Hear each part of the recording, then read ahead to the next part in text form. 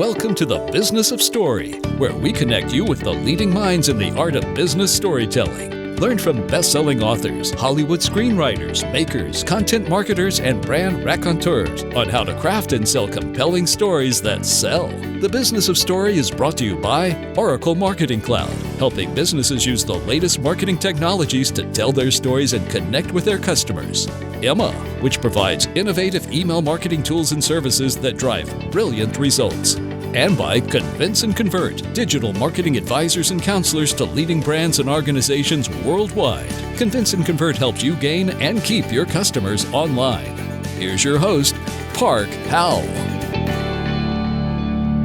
Hello and welcome back to Business of Story. I'm Park Howell, and I am so happy you're here today. We have another amazing guest, this one coming from down under, from Melbourne, Australia.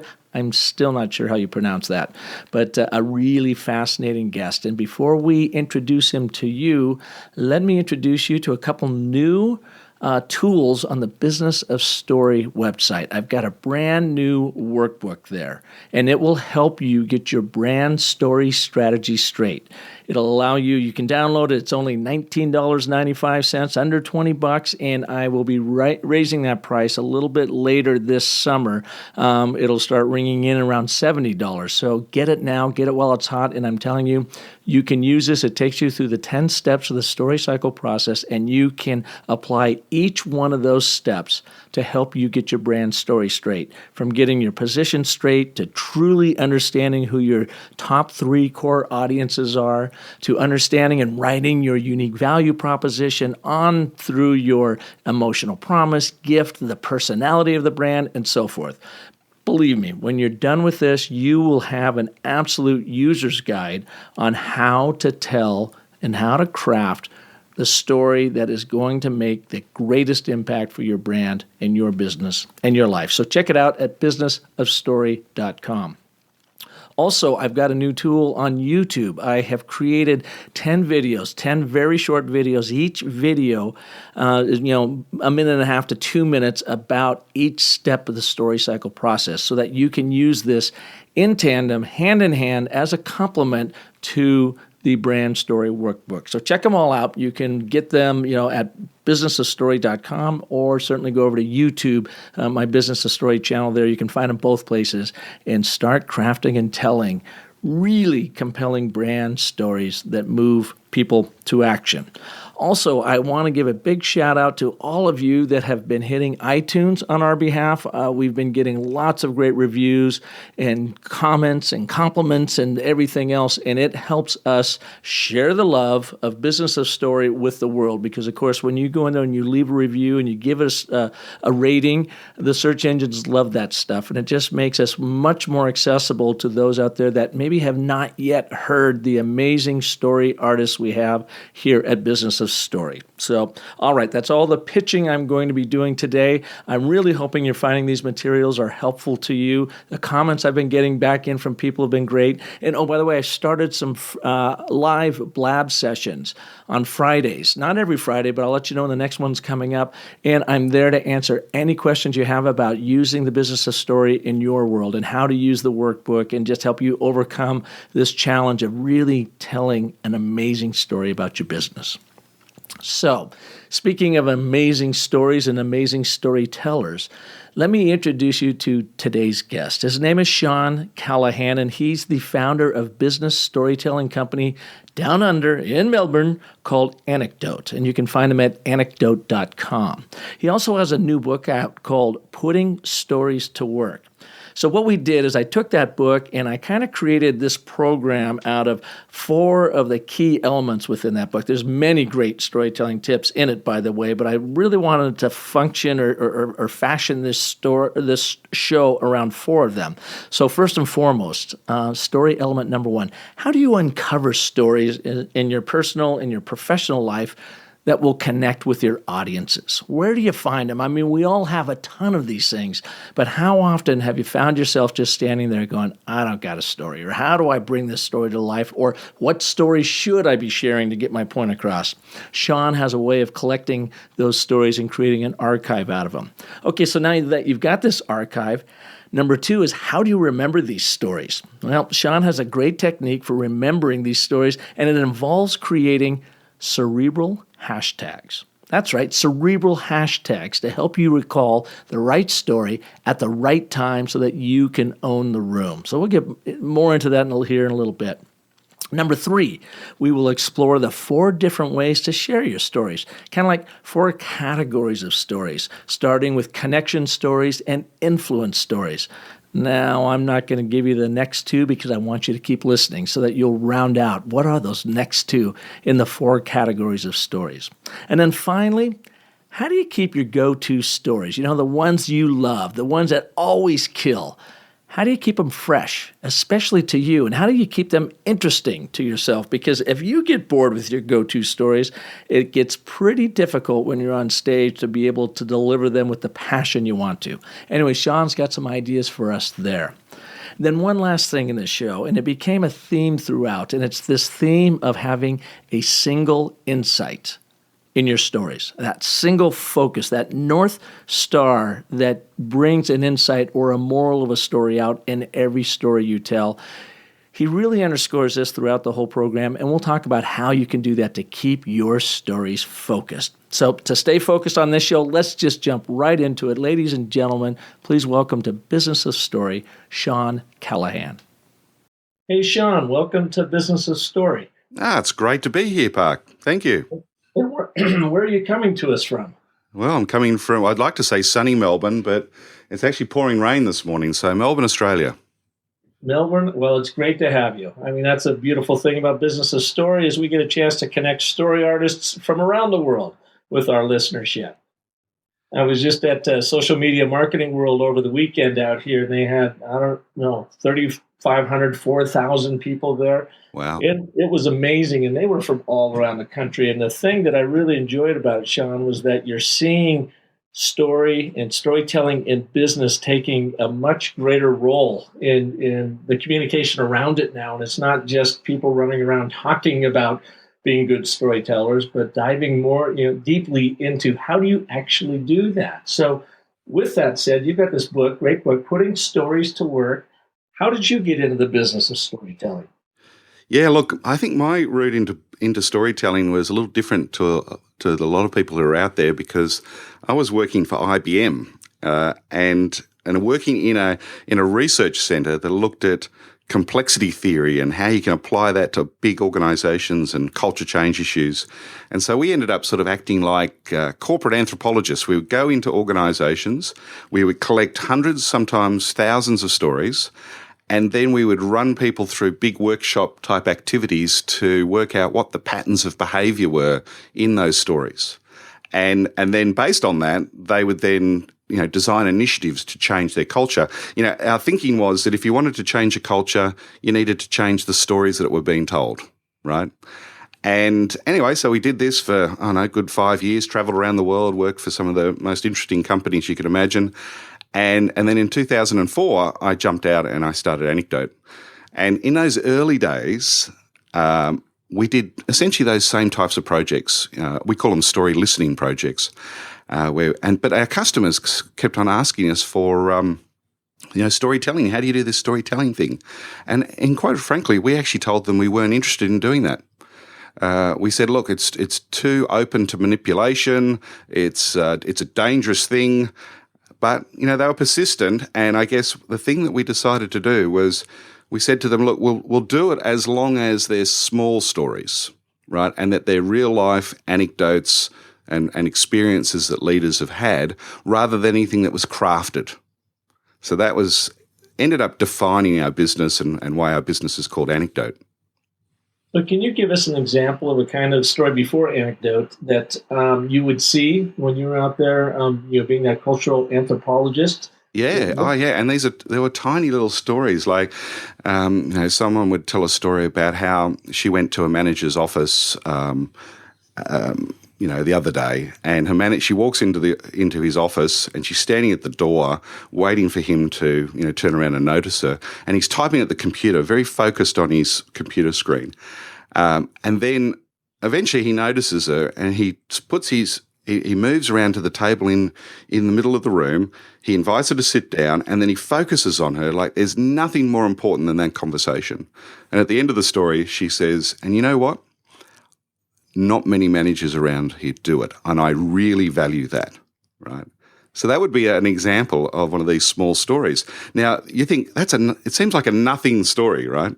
But here's the thing. We took that story, and amongst a whole bunch of other stories, and we took leaders through a program where they had to select which story was most significant in terms of employee engagement, right?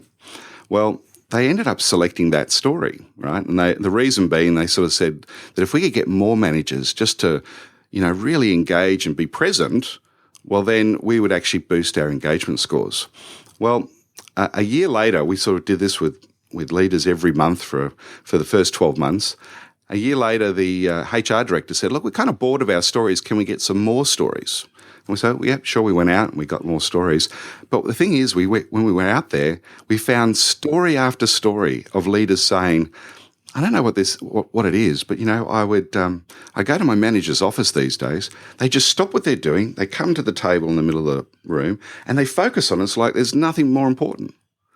So we actually saw behaviour change based on that little story.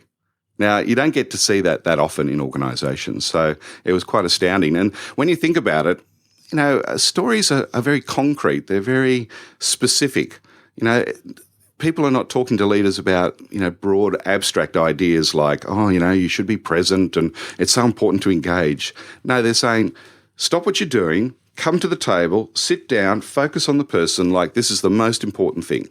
And they did it. It's like a little user manual for life. They know exactly what to do.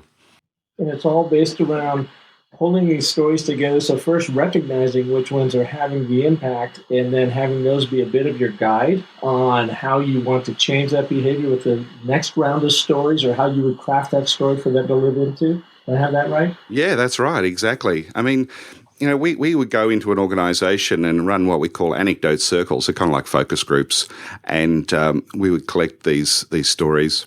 And the first thing you need to know is you need to be able to spot a story, right? And it was interesting. I was listening to your conversation with Robert McKee, and he was saying something similar from this point of view of really knowing what a story is. And so we came up with a very basic framework for knowing what a story was. That stories start with time markers. If they're not time markers, they're place markers. So when you hear someone say, "Oh, just the other day," or "on Tuesday," or "a while back," that's the beginning of a story. And it's so important to get your ear tuned in to these things, because there are a lot of people who are talking about storytelling, and they're sort of saying, "Oh yeah, we have to have our story, the story of our company, the story of our product," and then they don't tell a story, right? So that to us seemed like a fundamental starting point. Is like, what is a story versus a non-story, an opinion or just a perspective.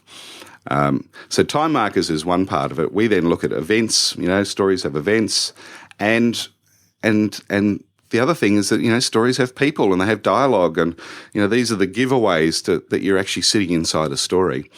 But here's where I differ a little bit from, say, a lot of the guests that you've had on your show, Park.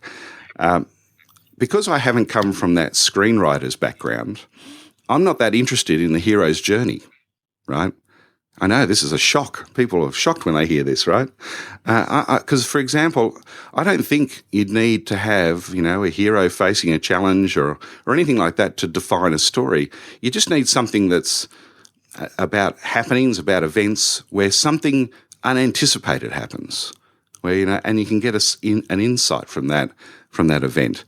So once you start to get this sense of pinpointing these stories, you can then collect them and make use of them in all sorts of different ways. And without that structure of the hero's journey, how do you establish that character at the center of the story that your audiences can, connect with and sort of live vicariously through, so they at least have a guide that takes them through the narrative? Yeah, look, I guess it's probably there in some element, but it's not explicit in the work that we do. So, for example, we do a lot of work helping people tell the story of their strategy. So we would get a group of executives together, and they have a set of strategic choices that they should have made, right? We're about communicating strategy, not actually crafting their strategy. So, they might have a set of, these decisions. And the question that people have in the organisation is, so why? Why are we doing that versus something else?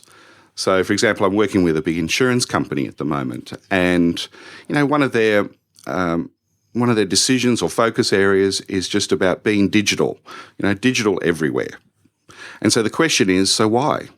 We would just give them a very basic story structure. We'd sort of say, look, in the past, the organisation was like this, and these were the sort of things that were going on, and then something happened, right? You had the rise of the internet, the disruption that came with GFC. You have these new players that are coming in who are born digital, and they're doing things which these larger, more established organisations can't do. And then as a result of that, that's why we're moving into this digital world, so the future can look like this, and then you have to paint a picture of that future. Now, you sort of see it's not really character-driven, it's event-driven. But when people hear that, they sort of go, so that's why we're doing this. So they have that narrative. Now, that's a very broad narrative, right, when you tell that story. So you have to then bring it to life with stories from that individual who's telling that strategic story. So to bring it to life, you have to sort of say, I remember, this whole area of where businesses just done digital. For example, and this is a story I heard from one of the executives, and they sort of said, just a couple of days ago, I was buying pet insurance. Well, I Googled pet insurance for Australia. I came up with about 4 different possibilities, looked at the first website, and it was just full of text. It was just an absolute mess. So I just spent 2 seconds there and moved on. Second site was a lot better, and I was sort of really getting a good sense of what I needed to do, but they wanted me to download a PDF to actually fill in a form. And I went, no, I'm not going to do that. And then the third one was a lovely site that really well designed. I had 3 clicks, typed in some information, and I was signed up. I said, and then at the end she said, that's the sort of business that we need to be, right? So it's using these small anecdotes as insights into, what needs to be done, what it could look like, how things might be different. So it still seems to me you've got the events and you've got the anecdotes. And I love this process that you're going in, because you're right. So many of my guests, and I'm a big believer in something along the lines of the hero's journey. So you do have story structure, only because it seems like we can all so relate to that. Yours is very much event-driven. So in your book, Putting Stories to Work, take us a little bit through that process. How are you teaching this through your book? So the thing I was really keen for everyone to have in their back pocket was a process, right? So I find that leaders can get very overwhelmed with what they need to do if they have to build a new skill, unless they have a clear process. And so the process that I wanted to give people was, first of all, how to discover stories. So, how do you get out there and uncover them? Secondly, how to remember them, right? Because I believe that the best stories are the ones that you've got off the top of your head, the ones you can tell off the cuff when you're in middle of a conversation and someone says, yeah, but can a small thing make a big difference? And you can tell a story that illustrates that it can make a difference. Then I was interested in different ways of sharing stories, different story patterns, different approaches to doing that. And then finally, how do you refresh your stories? So refreshing stories, how often do you find yourself telling the same story over and over again, and you're getting bored of it, let alone, your audience, is getting annoyed with the fact that you're telling the same story. So with that process in mind, I really take people through very much an experiential guided process where they have to find stories, tell them, and, we give feedback on what makes the story better, where would you tell that story? What's the point of the story? And there's two tips that I give people that I think they're like the 101 rookie errors that I see whenever people get into storytelling. The first one is that once they learn about stories, they just realize, wow, this is amazing, it's powerful. And then they make the rookie error of keep telling people that they're telling a story, right? So they stand in front of a group of people, a group of employees, and they say, so guys, I want to start today by sharing a story with you. Yeah, I know what you mean. It's telling you a story. And you can just imagine the response from the audience, especially those hard-nosed financial guys, the insurance guys that I work with and engineers. They hate that, right? They roll their eyes and, they see it as, why are we listening to this? Yeah. Don't we? Just give me the facts, all that sort of, The soft you must have skill seen it, right? communication being the quote-unquote soft skill there. Their way of saying, the data is really where it's all at. And we as storytellers have to say, well, actually, the data is the foundation for the story, but it's not actually the story. The event is. So, yeah. Yeah, that's right. And so, I say to people, look, rewind that. And instead of saying, hey, I've got this story to tell you, rewind it and say, look, something happened a couple of days ago that is really going to have a big impact on us. And, of course, people sitting in the audience are going, so what happened, Shawn? Tell me. And of course, I'm still going to tell a story, but I never use the S word. So that's what I tell my guys, never use the S word. The second thing is that, good stories sort of, I think people make the mistake of thinking that good stories are about words, having great words. But to me, good stories are about having great images, that you can actually see it happening. In fact, there's a little bit of a hierarchy of stories, I think. At the very bottom, stories are about things that happened. But good stories are about things you can see happening, and great stories is when you can feel it happening, right? Where you get that emotional connection. But just to get it to the point of where you can see it happening, that comes from moments. And it's so interesting. I remember coaching an executive up in Singapore. She works for a pharmaceutical company, and she had to go to her headquarters in Germany and more or less report on the success of her business, which had this phenomenal success, right? And I was trying to find that turning point that had happened in her business and whether she could remember when things had really changed. And she was telling me these really high-level stories, right? Oh yes, we had a real increase in revenue around this time, and then there was these changes, and she was telling me this high level story, and I wasn't feeling it. And I said to her, was there a moment where you felt that things had changed? And all of a sudden she went quiet, and then her eyes started to glisten, as she was remembering this event. And I said, what's going on? She said, well, I remember when the chairman came out to Singapore and he was sitting at this boardroom table, and then she started telling essentially the dialogue that she had with the chairman at that point. And her whole face changed, her voice changed. She was reliving that moment, right? And I said, that's what you have to tell. And to me, that's when you get down to a moment level, because when you get to the moment, the storyteller is reliving it. So all the emotion that was there, all the imagery that was there comes through their telling. And of course, the listeners, start to sync up. That great research that's shown that how our brains kind of sync up when we're telling a story with our listeners, and the listeners start to experience it. So to me, moments are fundamental in good storytelling. I agree, by the way, wholeheartedly. And what's funny, it seems like if a person is having a hard time finding their story, or they're speaking at that 30 to 50,000 foot level, that question you ask them, when was that moment? Then they will always say, well, I didn't have that moment. And you can almost bet they did. I've never yet had a story happen without that changing point, that turning point. So, Shawn, let me ask you, when you were working in IBM with big organizations and you were in there as a cultural anthropologist, when was that moment for you when you thought, I need to get out of here and I need to take this to the bigger world through what you're doing with Anecdote? I had a wonderful opportunity when I was in my 20s, and I started a company that wrote guidebooks for national parks, because my friend and I, Peter Fox, we decided it would be good to get paid by going bushwalking. And we had a great time. We spent about 6 years doing it. And but then our company went broke. We didn't know how to, run a business. We were in our 20s. You knew how to survive a bear attack, just not run a business. Well, that's right. Exactly. All those, good Bear Grylls type capabilities. But after that experience, I knew I wanted to run a business again, right? So it was in my blood. So, through a whole bunch of things, end up in IBM. And the thing that really pushed me over the edge was actually bad management.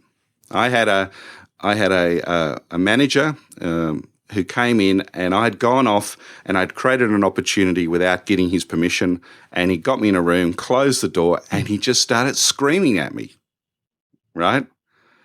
And I put my hand up, says, don't speak to me like that, and I just walked out the door. And I said, that's it. That's the time for me to go out and create a new business again. So it's they say people join organizations and they leave managers. That makes sense. And that was a classic example of it, right? Shawn, we're going to take a break for a sponsor right now because we have some wonderful stories that we would like to share with our audiences from the great people that bring you a business of story. But when we come back, can we talk a little bit about how you help people uncover those stories? Where do they look for them in their organizations, and how do they uncover them? With the work I do at Arizona State University and teaching the executive master's course there in communications and storytelling, it's one of the main concerns I hear from our students right off the top is, I don't have a story, or I'm not sure where I can find a story, or I don't know when that story is really that good. And they sometimes will overlook beautiful gems of stories. So when we come back, let's talk about how you help your clients and executives uncover stories around them right after this. Hey, if you like what you're hearing here on Business of Story, then you are going to love Definitive, the email from Convince and Convert that many marketers say is the most useful resource around. Each day, the team at Convince and Convert picks a topic and sends you the 3 best resources ever created about that topic. It's topical, it's timely, it's useful, so go to definitivedigest.com and subscribe for free right now.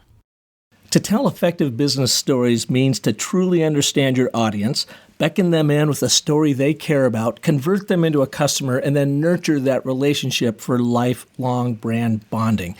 That's not always easy to do, but marketing automation has made it easier than ever. The challenge is, how do you take all that data and turn it into drama? Well, the marketing gods over at Oracle Marketing Cloud have done that for us. They've created this easy-to-read and easy-to-digest guide called Marketing Automation Simplified Guide. It offers an introduction to the 5 tenets of modern marketing and breaks down the tips marketers need to know to automate and optimize. This includes data in targeting, email marketing, lead nurturing, lead scoring, content marketing, and sales enablement. So to get your free Oracle Marketing Cloud Guide, Marketing Automation Simplified, go to bit.ly/Oracle Automation. That's bit.ly/Oracle Automation, and start getting your brand story straight. Welcome back to Business of Story, and our guest today from Down Under, from Melbourne, Shawn Callahan. Did I say that right? Melbourne? I know there's a way to say that, and I don't think. Yeah, I think that it's tough to do the Australian accent, Melbourne. But it's Melbourne. Shawn is the founder of Anecdote, a business storytelling company that works with organizations around the world, licensing their information and their guides and their tools for business storytelling. And Shawn, you're doing a lot of this work, it sounds like, in the innovation space within large organizations versus maybe outbound advertising, marketing type work. Is that fair to say? Yeah, that's right. Nearly all of our work is internal. So it's about helping leaders find and tell stories that inspire action, really. And so it's usually associated with culture change programs or, just helping build the capability of leaders so that they can get their messages to stick. Out, Putting Stories to Work.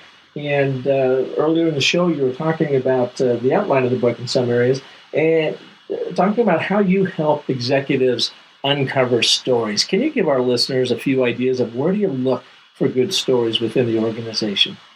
Well, one of the things that I say to people is that, your own stories are some of the best stories to tell.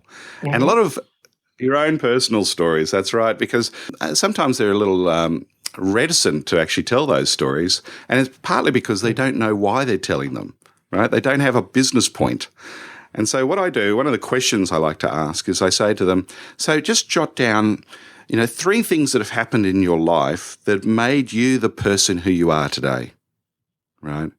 And, it's amazing how quickly people can work that out. I've had stories of people who've moved from one country to the next, and that sort of movement from into the new country, into Australia, was the big change. Or it could have been a change in job. Or it could have been the fact that they had taken up photography. There's a whole range of possibilities. But the nice thing is that they'll quickly find a story, and I then, of course, help them find a moment in there. And they tell that story, and it's all over the place. It's this long, circuitous story, and, they don't really know why they're telling it. And then I say to them, okay, what is one insight that's in that story? And, there's nearly always some sort of insight. By the way, there's this lovely quote by Gary Klein.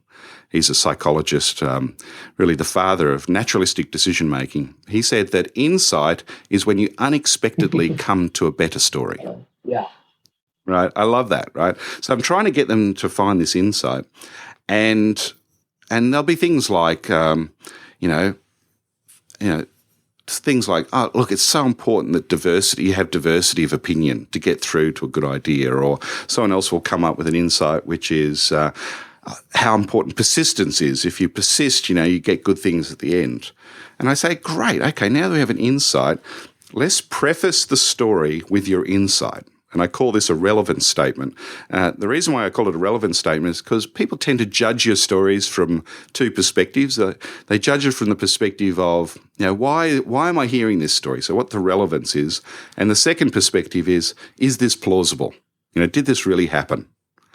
And so by prefacing it with your relevance statement, you get something like this. You say something like, it's so important to be persistent.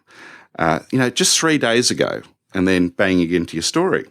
Now, when they do that, they find their story gets shortened, it tightens up, and they know exactly why they're telling it. And you have this great sort of dynamic of you make your point, you tell your story, and then you expand on it afterwards, with all your argument and all those things that you might do to keep building your perspective that you want to get across. Mm-hmm. But you tell your story first, right? Because as you would know, a story is a pull strategy, so you're getting people to listen to your idea rather than just give your opinion. If you give your opinion, that's a push strategy, and people tend to push back. They resist that. So stories are much easier to get people to listen to what you're saying. The pull versus push strategy, that makes a lot of sense because, as Jonathan Gottschall says in his storytelling animal book, that our minds yield helplessly to the suction of stories, so that truly is pulling them in. When you're talking about that insight, that one insight, I would call that a moral of a story, and broad terms. Really being focused on that North Star of the point that you're trying to make, like you said, and then making sure that you guide. So it essentially becomes the promise of your story, doesn't it?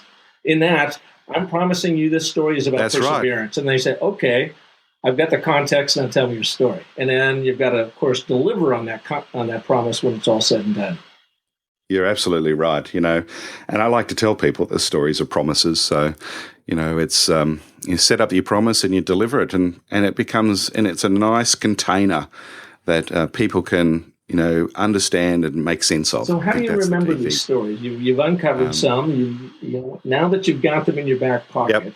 How do you know when to pull them out, and where do you access them? Again, in my brain, I know I don't have much more that can go in there.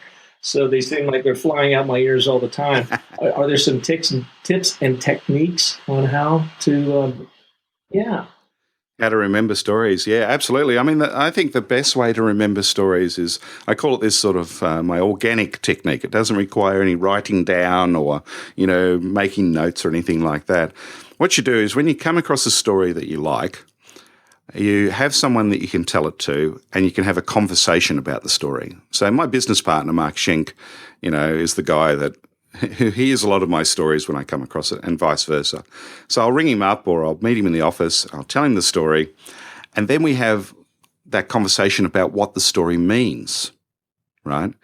And so, I'll tell the story. And for example, I came across, I did this project for an organisation here in Australia called the Victorian Bushfire Reconstruction and Recovery Authority. Victorian, how's what that was for a the second mouthful? word? Bushfire. Yeah, bushfire. So we had a big bushfire here a number of years ago. It was a real tragedy. 170 people were killed in the bushfire, and it devastated the state. And so this organisation was all about how to recover the various communities. And what they discovered was each community was very busy, getting their own community recovered, but they weren't learning anything from all the other communities. So we got them all in a room, all the leaders of those communities, a few hundred people in the room, and we got them sharing stories with one another with the idea that, Terence Gargiulo, who's a great storytelling coach, he said the shortest distance between two people is a story, right? And so if you can get people to share those stories, all of a sudden they're connected and they start to share their knowledge. So the story that was told, though, on the day by the chairperson of the organisation, she said just a couple of days after the fire, this organisation which sells spectacles, OPSM they're called, so put caravans out in the fire-affected areas, and this, to look after people's eyes and spectacles, etc. And this elderly couple walk up to one of the caravans, and the woman is complaining of grit in her eyes. So they fix her all up and get it all sorted, and then they turn to her husband and say, is there anything we can do for you? And he says, well, look, I'm okay, but look, quite frankly, I'm clinically blind anyway because of diabetes. And they sort of said, oh, well, when was the last time you got your checkup? Oh, a few years ago I got my checkup. And they went, no, you've got to get checked much more often than that, There's lots of changes occurring in this space. So they organised for him to get checked up and had a consult with an ophthalmologist, and turned out that he has a condition that now can be treated with a surgery, right? So a number of months afterwards, he gets the surgery and he gets most of his eyesight back. So I heard this story and I went, rightio, I told Mark, I said, what do you take out of that? And he said, Shawn, for me that story is even in the worst and shittiest situations, good things can happen. And then he sort of said, you know what, also it's really about how small things can make a big difference as well. And then I jumped in and I said, yeah, I reckon it's also a little bit about how it's so important for corporations to be involved in these recovery efforts. They can really have a big impact. So here we are, we're having this little conversation. And what we're doing is we're kind of tagging the story, right? So for future reference.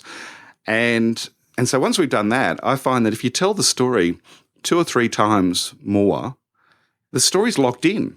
And you don't even think about it. And 6 months later, someone will say, yeah, but really, can small things make a big difference? And all of a sudden you go, you know what, I was doing some work for the Victorian bushfire, ...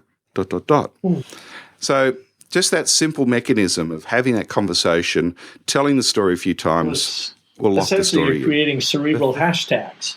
That's a lovely way of putting it. And you create I'll have to use that, Mark. And then you go and you sit down with someone and you share that story, then ask them what does it mean to them, and you bounce it back and forth. So you get these little morals out of the story, and they can, there could be several of them that relate to the story. And of course, you could tell that story from that perspective of the moral, depending on who the audience is sitting across from you. So you have as you would say, a lovely way to have this one story that you could tell in 3 or 4 different ways and arrive at a different moral or insight every single time, depending on who your audience is. That's right. So, and the great thing about oral storytelling is you have that ability to flex and bend depending who's sitting in front of you. So, that I think that's one of the great advantages. And that's why it's so important when you're remembering stories, never to write your story out, from beginning to end. Out. Okay. Unless you're a screenwriter, never write it out. Because if you write it out, all of a sudden you think you have to tell it that way, right?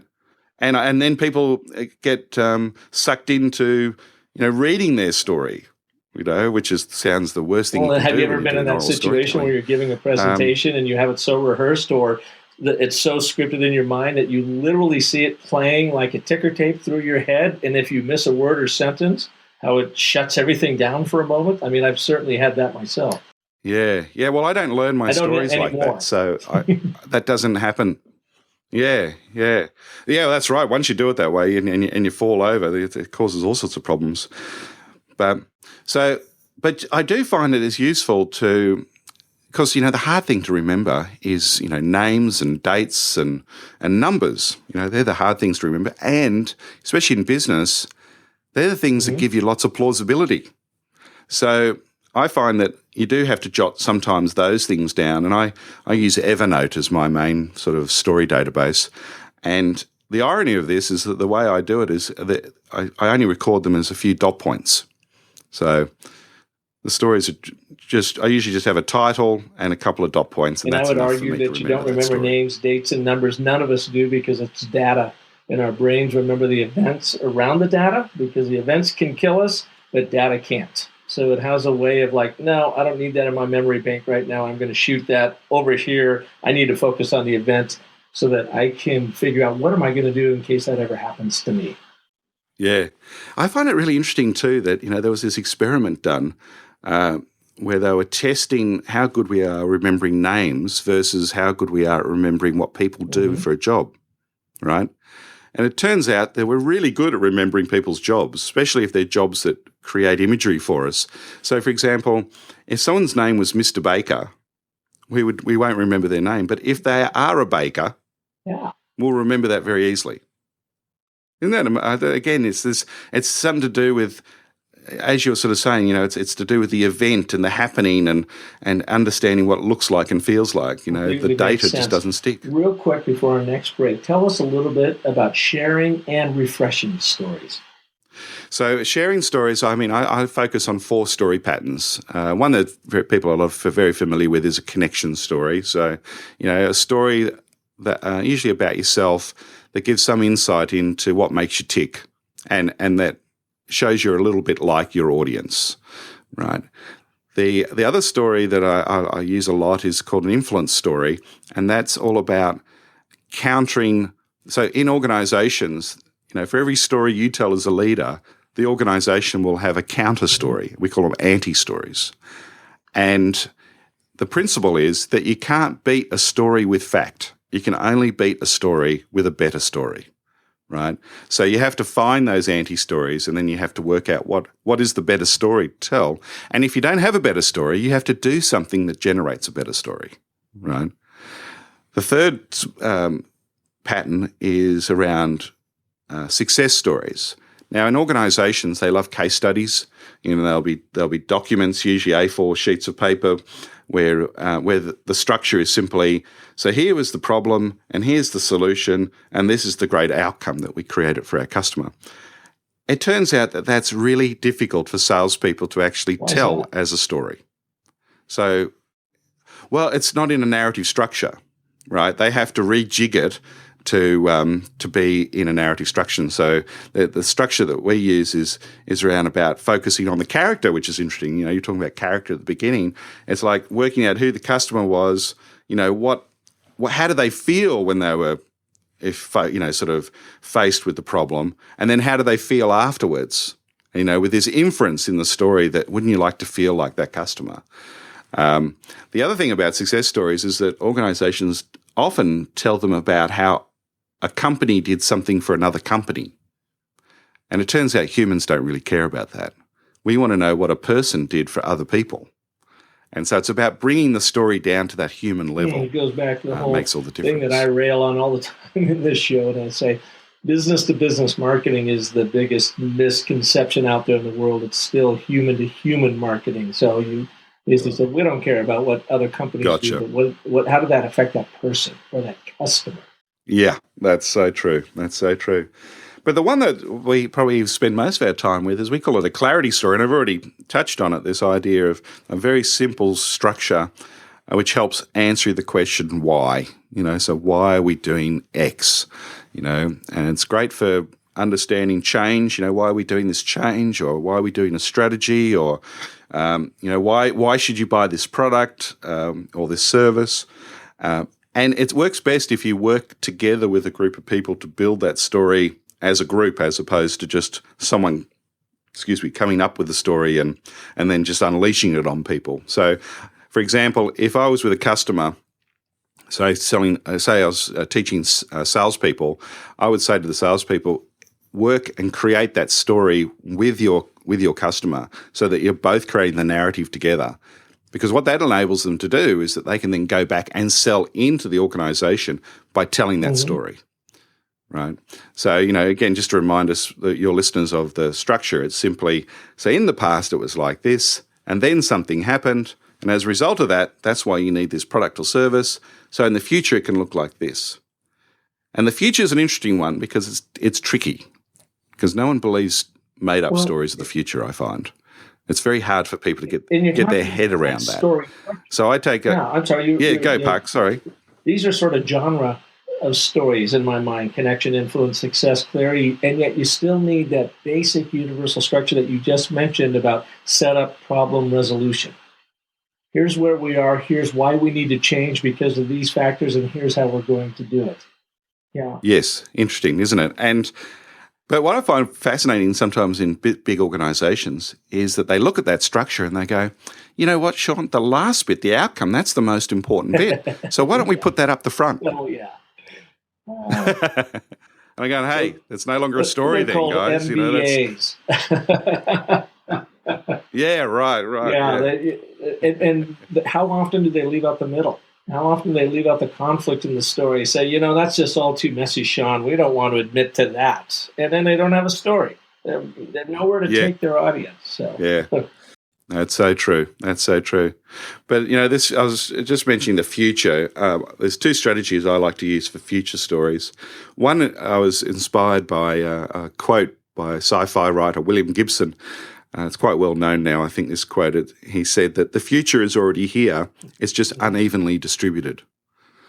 And I like this idea, and it's very applicable to large organizations because I say to them, guys, your future is already happening somewhere in this company, right? In some little outpost somewhere, they're already doing the future.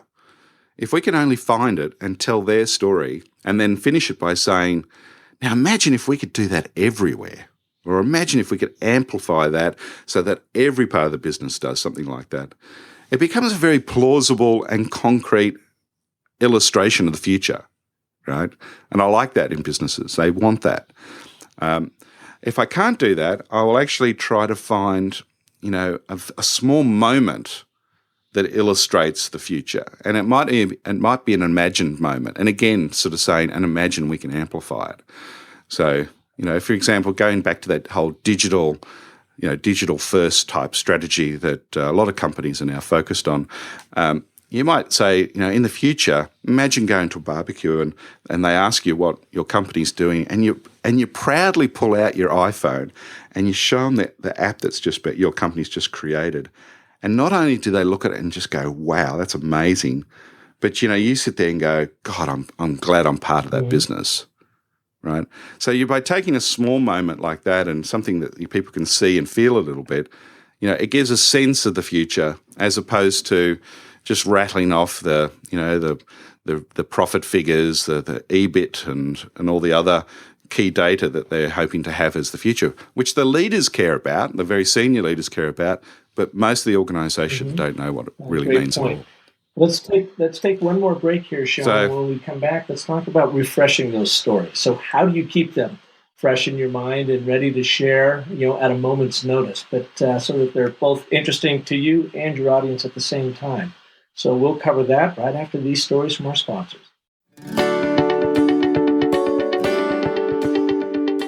Hey, I've got a question for you. What's the best call to action button color on your website? Yeah, you probably didn't see that one coming, did you? Well, what's the best shape and sizes of your CTA buttons? And what copy gets more clicks?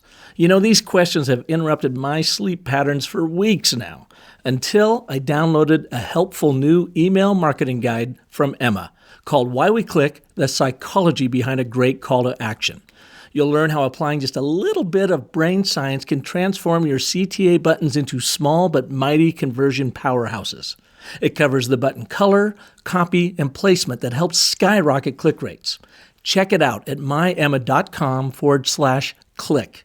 You know, Emma helps marketers everywhere send smart, stylish email newsletters, promotions, and automated campaigns, and to help us all rest a little easier knowing our email marketing is doing its job. So check out their new publication at myemma.com/click. Welcome back to Business of Story, everyone, and our guest today, the founder of Melbourne Agency. It's a business storytelling consultancy and specialist, Shawn Callahan with Anecdote. And Shawn is the author of a new book, Putting Stories to Work, and your group works closely with large organizations and change management and innovation within the organizations and using story. A little bit different than some of our other guests that are really honed in on the story structure. Yours are more about oral storytelling, where to find them, how to remember them, how to share them, and now we're talking about how do you keep them fresh. Yes. So, I mean, there's nothing worse, is it? If you're sitting in an organization and your leader gets hooked on one story and just tells it over and over and over. In fact, I don't think people have really a resilience for more than, two hearings of a story in an organization anyway. So you have to be really quite mindful of the stories that you're telling and whether they're becoming stale or not.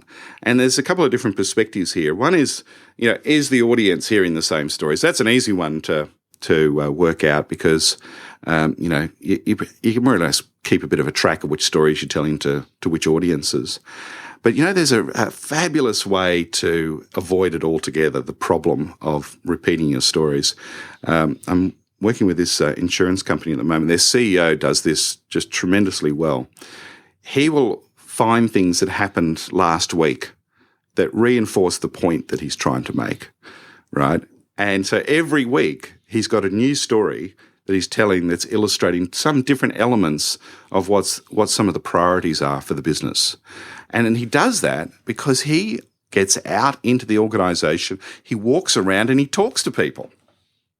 I know it's a crazy idea. Leaders are actually going and talking to their folk. It's, but in terms of refreshing your stories, to me, that is the best way to do it. If you go down that path of just finding those keystone stories that you just love and tell over and over, you'll have that problem facing you. But the other side is actually whether you yourself get bored of your own stories, right? And so that's another indicator that you need to get out there and find new stories.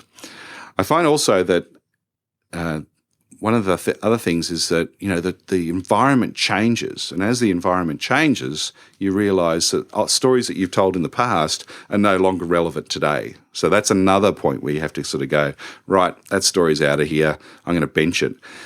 The very well-known comedian Louis C.K. sort of tells the story of him hitting a plateau in his career. He was rising up through his career, got to his mid-30s, found that he hit a plateau, and he had come across George Carlin's work, and he knew about George Carlin, of course, but he heard him speak at a presentation and found out that George Carlin actually got rid of all his jokes every season and started the next season with nothing. And Louis C.K. started to doing the same thing, and he found that his career just took off because it forced him to create even better and better stories. Makes sense. Right? I think that's one of the things you benefit from through this refresh. In our workshops, I'll often tell the same stories because it's a new group coming in all the time, but I would always feel self-conscious if I have someone from my team sitting in the workshop because I know they've heard it 4 or 5 different times. And it actually puts me on my toes that I try to tell it just a little bit differently so it's even interesting to them. I don't know any other way around that because it will be a very poignant story about a position within the workshop that I'm trying to make this point about. And it's not like I can just go and pick up and drop a different story in there. But to keep it fresh is always a bit of a challenge if you've got someone who have been through it or heard you a couple of times. That's right. I think the other thing too is in organizations, sometimes you have to change your identity. Like I've had an experience where I came up in a technology background, working for big database companies. And really that sort of helped me get into organizations like IBM, but I had to change my identity. And to do that, you have to change your stories that you tell, And of course, to do that, you need to actually have different experiences. Because you want to be authentic, even as you're changing your identity, your stories still have to ring true. Oh, they absolutely have to be fundamentally core. But here's the thing, then after refresh, you then have to get back into discovery. So, this process just is definitely a cycle that just keeps I love it. going around and around. Dig more deeply into your book, putting stories to work. I can see how it can be very effective for my students as well.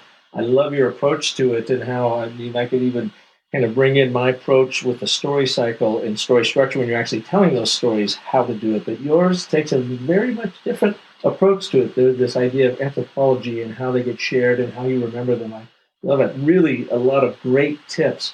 Where can people go to learn more about you and your work, Shawn? Yeah, well, the best place is our website, which is just anecdote.com.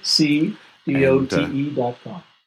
That's it. And you'll find us there. And, the way we've sort of run our business is that, we license these programs to practitioners all around the world. So we have more than 50 different practitioners who are running our Storytelling for Leaders program and our Storytelling for Sales program, and it's now in 20 different countries in 6 different languages. So it's really been used in such a broad group of organizations out there. And here's the thing that, of course, we know, Park, being in this business, this is our bread and butter, but it always amazes me that storytelling is totally universal. There is not a culture who doesn't do it and don't do it in very similar ways to what everyone else does it. So that was underscored to me in 2011 when I was standing on the stage at a Forever Living Products conference in Washington, D.C. We had about 3,500 sales distributors in the room from 140 different countries, and I had to be very slow, deliberate, and have huge pauses in my presentation because it was being translated real time in 10 different languages. And the one thing I learned, because I thought I was going to lose half the crowd through all that they all stuck around for this 2-hour story workshop, and many of them got up on stage and shared their story in their own language with the translator standing next to them. And that, Shawn, is when it was absolutely underscored to me the universal power of an intentional story structure, that all of our brains are hardwired for. It doesn't matter where we come from, that our brains are all looking for the same thing, that essentially that setup, problem, resolution. What can I learn from this story, or that insight you're talking about that I call the moral of the story? And so it's, really absolutely fascinating stuff. Well, That's thank beautiful. you so much, Shawn, Absolutely. for being here on Business of Story. And I'd like to thank all of you that are tuning in today. It's always my honor and pleasure to bring you great story artists like Shawn Callahan, and especially when they come from down under, from Melbourne, to talk to us about story and how they approach it. And the one last thing I'll say about that, Shawn, is I'm always fascinated about people outside of the U.S. and how they approach it, because I think you find so many deep and unique ways of approaching story. I think sometimes we are a little bit set in our own ways here in America. And I'm just always fascinated to find new approaches like yours in your book, Putting Stories to Work. So thank you again for being here. It was and a if pleasure. you like It was what you're great fun. hearing on Thanks, Business Park. of Story, please do me a huge favor. Go to iTunes and give us a shout out there with a rating and a comment. That helps more people around the world find this particular program. And it helps us just expand the knowledge to help people craft and tell more compelling stories that actually move people to action, so we all don't become the bores at the parties, but we become that brilliant storyteller. That's what it's all about here at Business of Story. So be sure to join us next week when we will have another amazing story artist with us. And until then, have a wonderful life. Thanks for tuning in to The Business of Story. Don't forget there are terrific free storytelling resources for you at thebusinessofstory.com, where you'll also find the complete show archive. The Business of Story is sponsored by Oracle Marketing Cloud, Emma, and by Convince and Convert, and is produced by Convince and Convert Media. Find more great shows like The Business of Story at marketingpodcasts.com, the first search engine for marketing podcasts. Podcast imaging by